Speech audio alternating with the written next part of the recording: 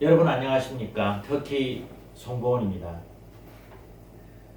이번 시간에는 본회퍼의 말씀 아래 더불어 사는 삶 중에 4장 섬김에 대한 묵상을 함께 살펴보겠습니다. 우선 그리스도 공동체에서 일어나는 분쟁에 대해서 살펴보기로 하겠습니다. 분쟁의 씨앗은 언쟁, 말로서 하는 다툼이라고 말합니다. 그리고 언쟁 없이는 더불어 엮어짐도 없다. 그러나 다툼은 공동체를 결국 파괴시키는 치명적인 적이라고 말합니다. 예수의 제자들 사이에서 누가 제일 큰 사람인가를 두고 다툼, 변론, 쟁론이 일어났습니다. 주도권 싸움입니다. 누가 제일 큰 사람인가 라는 다툼의 주제는 주도권 싸움입니다. 그리스도의 공동체 안에서 일어나는 주도권 싸움은 스스로를 정당화하려는 인간의 본성이 충돌하여 일어나는 싸움이라고 말합니다.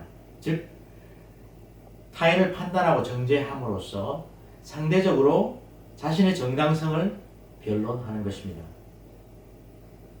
본 회퍼는 은혜로 의롭게 됨과 타인에 대한 섬김의 관계 맺는 그 양태 그대로 스스로 의롭게 여김과 타인에 대한 판단을 관계 맺는다 라고 말합니다.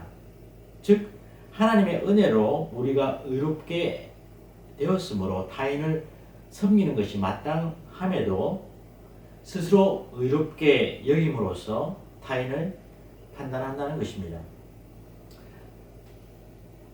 예수께서 이르시되 누구든지 첫째가 되고자 하면 무사람의 끝, 작은 자, 어린아이가 되어 무사람을 섬기는 자가 되어야 하리라고 말씀합니다. 여기서 섬기는 것을 강조하고 있습니다.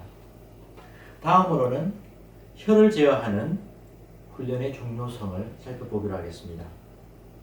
혀를 제어하는 훈련의 중요성은 악한 생각을 물리치는 최선의 전략입니다.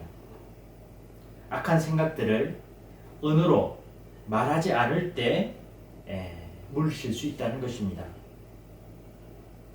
혀를 제어할 때 상대방을 판단하는 그 고삐를 잡아 다스릴 수 있다는 것입니다.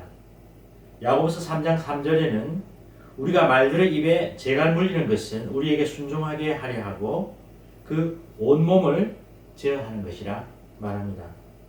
타인을 몰래 흠잡아 분란을 일으키는 미움의 영을 허용하지 않게 됩니다. 또한 우리의 영안을 열어서 서로 상대방의 모습 속에서 하나님의 형상을 보게 되고 그들을 통해서 창조주 하나님을 찾게 된다고 말합니다. 그럴 때 공동체 구성원들의 다양성은 서로를 판단하고 정죄함으로 자기의 의를 드러내는 구실이 아니라 서로를 인해 기뻐하고 섬길 이유가 되며 이런 환경에서 구성원들은 각자의 자리를 발견하게 된다고 합니다.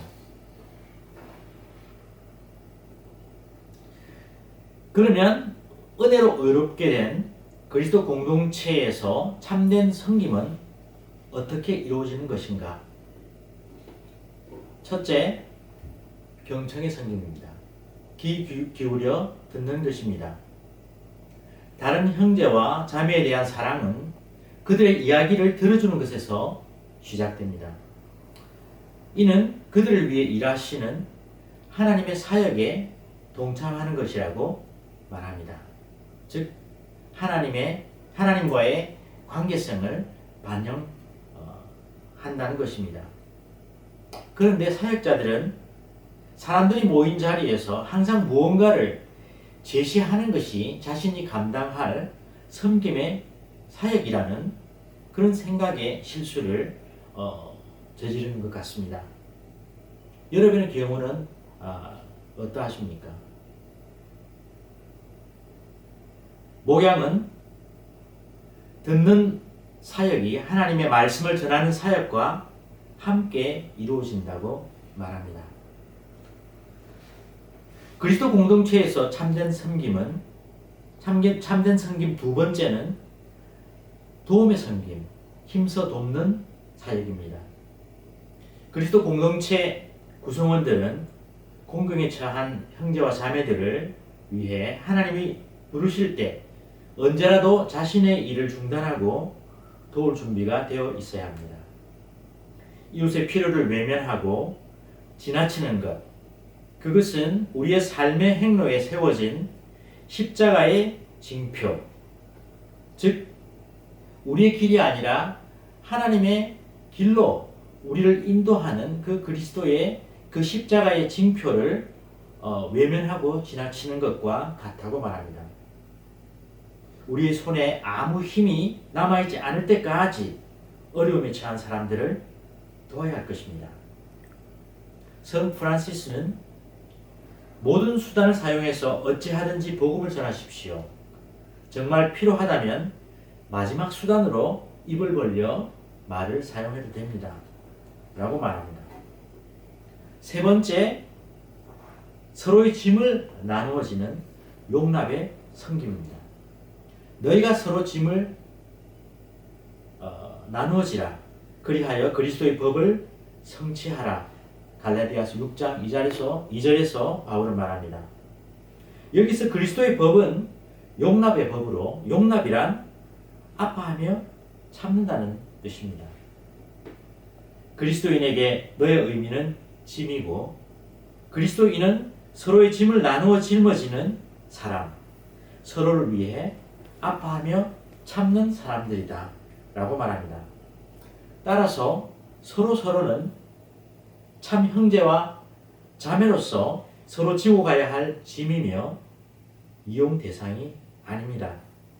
이것은 인간의 짐을 대신 지고 십자가에 달려 죽으심으로 그리스도의 법을 성취하신 예수님을 본받는 것입니다. 그리고 그리스도의 법이 예수님에 의해서 이미 성취되었기에 우리가 서로의 짐을 나누어 지는 것은 결코 불가능한 것이 아니라 가능한 일이 되었습니다. 다음은 용납에 대해서 좀 더 살펴보기로 하겠습니다. 너희가 부르심을 받은 일에 합당하게 행하여 모든 겸손과 온유로 하고 오래 참음으로 사랑 가운데서 서로 용납하고 라고 말합니다. 용납은 예수 그리스도께서 행하신 일입니다. 그는 실로 우리의 질고를 지고 우리의 슬픔을 당하였거늘 이사야서는 말하고 있습니다. 그리스도인의 삶의 결정체는 십자가를 짊어진 모습으로 그리스도의 몸된 공동체는 십자가의 공동체로 이 공동체에 속한 자들은 서로를 인해서 아파하는 것이 정상이라고 말합니다. 상대의 짐을 짊어진다는 것은 하나님이 창조하신 너를 있는 모습 그대로 용납하는 것을 말합니다. 그리스도가 죄인된 우리를 품어주셨듯이 그의 무리 속에 속한 우리도 죄인들을 품어 용서함으로 그리스도의 공동체로 맞아들여야 합니다.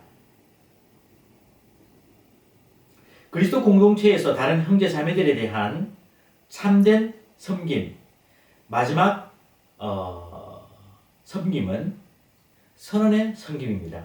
하나님의 말씀의 사역인 것입니다. 귀 기울여 듣고 힘써 돕고 용납하는 섬김의 기초 위에 이루어지는 궁극적 사역입니다. 나의 언어가 너를 향해 알아들 수 있는 말로 하나님의 위로와 훈계와 인자하심과 변함없으심을 증거할 수 있습니다. 예수님은 누구든지 너희 중에 큰 사람이 되고 싶은 사람은 너희를 섬기는 자가 되어야 한다 라고 말씀하십니다. 예수님은 공동체의 모든 권세를 서로에 대한 섬김으로 매듭짓고 있습니다. 경청의 섬김, 도움의 섬김, 용납의 섬김, 그리고 선언의 섬김이 있는 곳에 참된 영적 권세가 세워진다는 것입니다. 그리고 목양의 권세는 자신의 권세에 전혀 관심이 없고 다른 형제들과 함께 그리스도께 속한 자로 말씀의 권세에 순종하는 모든 그리스도의 종된 자들에게 주어지는 것입니다. 이상으로 섬김에 대한 묵상에 대한 강의 요약을 마치겠습니다. 감사합니다.